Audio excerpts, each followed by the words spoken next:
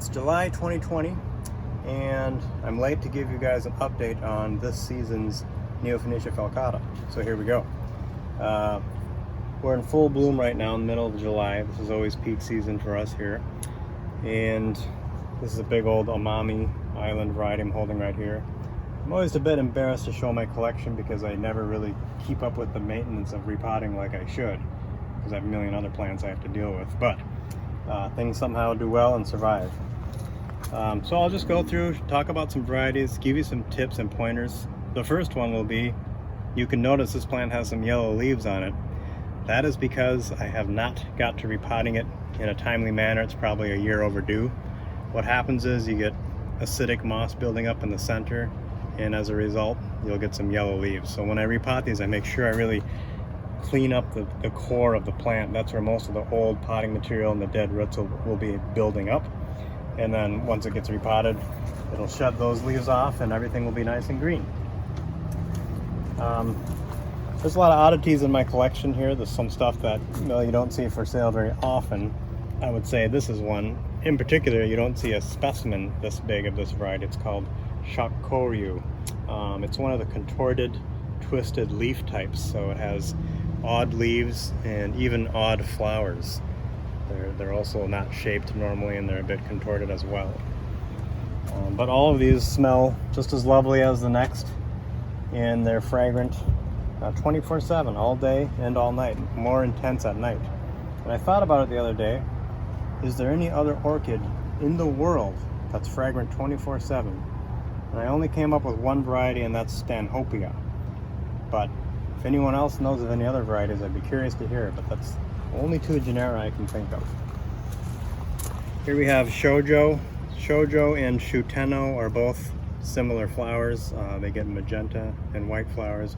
Very popular plants, nice growers, beautiful flowers.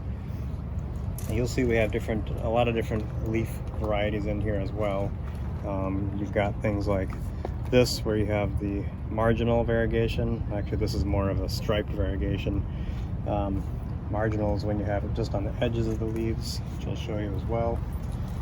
Here we have a marginal variegated variety right here. You can see the edges of the leaves variegated. This is probably the classic of all Neofinetia when it comes to variegation. The Japanese and Korean love collecting for these different leaf types. And this variety here is called Shishinden. And then here we have one of the most coveted varieties called Fukiden. You don't see these very large very often because it takes many years to get them to a large size. But beautiful, beautiful variegation on these. Here we have bean leaf. So bean leaf is very thick leaves with also thick, wide segmented flowers. Also quite easy to grow. Another thing to note about this year, if you order plants from us, is you may not get it in your traditional Japanese plastic furon pot, because Japan is really behind because of the virus on exporting, and I haven't been able to get any new pots in this season yet. So you might be getting a 3-inch basket, plastic basket. Here is a variety, my favorite variety, Seikai, on full bloom. Here you can see my technique. This is the lazy man's technique. I don't have time to repot every season, so I'm putting these big guys in just coconut fiber. They seem to enjoy it quite a bit, and coconut fiber doesn't really break down quickly. I can probably get away with 3, maybe 4 years without touching these plants. This one I put in this season, this one I put in last season, so you'll be able to see more established roots going through it. But they're very happy in this. Seikai is an interesting variety because it has thick, curvy bean leaves with a really unique shaped flower. And hopefully, if all goes well, we'll have a variety of these available this season yet. Well, let's take a look at the Amami island form. This is the largest flowering variety of all the Neos. Really a fun plant. Just to give you an idea of how big it is, I'll take this is a Nishide Miyako. I'll show you the difference in flower size. It's about double. I'm pretty certain these Amami forms are also tetraploids, so double chromosome, and they just get beautiful large flowers with really long spurs.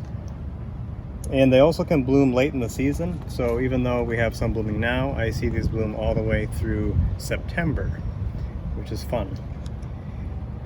I'll show you a couple examples of new plants, I guess you could say. Oops, let me grab this one over here. Here is a variety, a cross that I made 10 years ago, and this is the first time it's bloomed. It's Kuro Shinju by Issei Chabo, so a mini bean leaf by kind of a medium-sized bean leaf. So sometimes you wonder, well, why are some of these plants so expensive? There you go, 10 years.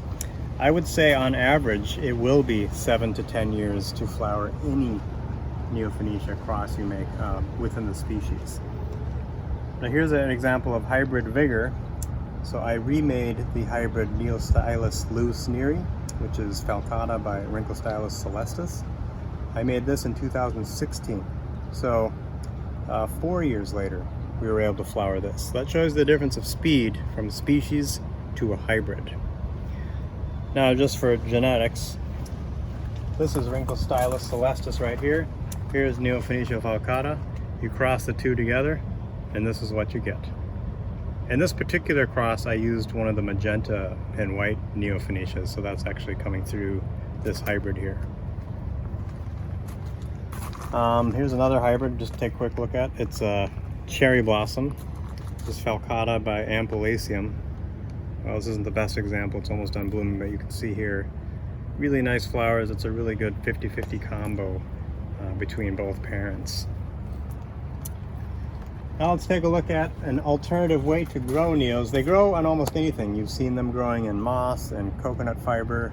I have some in just bare root because if I can't get to them quickly, we just demoss them and leave them in bare pots and they do fine. But here's an interesting technique of mounting them. You can mount them in all sorts of materials. This is using one of the jungle logs that we make. It is a cylinder filled with hydroponic material, usually glowstone or large sponge rock with some fine sphagnum moss mixed in. And then we wrap the whole thing in tree moss or Oregon green moss. And that's it. You've got a mount that will host your plants for about 10 years really before it starts to break down. So it's a fantastic, long-term, really optimal way to grow epiphytes in general, not just neos. This particular one is all neos. And it also tells me it works well because it's able to flower varieties, excuse this, that are very hard to flower. So here you see we have a Jukai. That variety is known to be a really reluctant bloomer. It's the albino version of Seikai. Here's a Seikai just finishing up, which flowered as well. So if you want to try these as a mounted plant, they work well provided they have lots of air at the roots. All the varieties love air at the roots of Neofinetia. In fact, the name Furan, which is the common name for these in Japan, means wind orchid. So they love air. And just one last interesting thing I can show you here. A real beast of a specimen called Vanda Phoenicia Virgil. This is Vanda cristata by Neofalcata, and this is actually a famous parent to a lot of really interesting hybrids. If you use this as a parent and cross it with different types of Vandas and Ascocentrum, you get really fun results. But a good old classic right there. We'll be updating the website more this summer. It's been a tough summer because we haven't had the normal shipments we usually get in from Japan. I'm dividing some of my own stuff, and we should have a new batch coming in from Korea soon as well. But yeah, if you've never tried a Neofinetia falcata, it's never too late to start. Great plant, easy to grow. They're very collectible, hundreds of varieties available.